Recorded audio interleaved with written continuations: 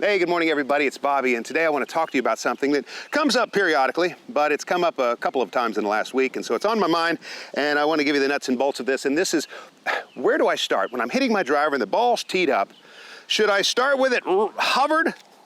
As some great players, most notably Greg Norman, great driver of the ball, Jack Nicklaus, both started with the club hovered. They didn't start hovered. They didn't start with it on the ground. But there are some who say, you know, I just can't relax when I do that.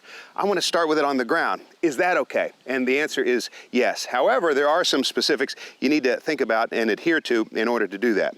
And to illustrate this point, let me imagine this for a moment. Now, the ball's teed up, and with the big drivers of today, it's teed up higher than it was yesteryear. But I'm going to use this long shaft just to illustrate this point. Imagine me coming up to this ball, and I'm going to hit it. And I say, you know, I'm going to be like Jack Nicklaus and Greg Norman, and I'm going to keep it hovered, and I'm going to swing, and I'm going to hit that ball. Well, then I would start with it right behind it, and I'd be fine. But if I were going to choose to go for option B and start with it on the ground to hit that ball, I better not start with that right behind the tee on the ground, because when I come back to it, I'm going to hit it right in the middle of the shaft. If I'm going to start with it on the ground from this ball, I better put it here. Take it back, and when I get to it, it will be matched up.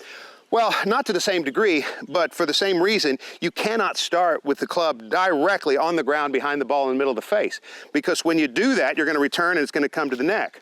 And so the way you measure that is you should simply put the club right behind the golf ball, right in the middle of the face, and then drop it.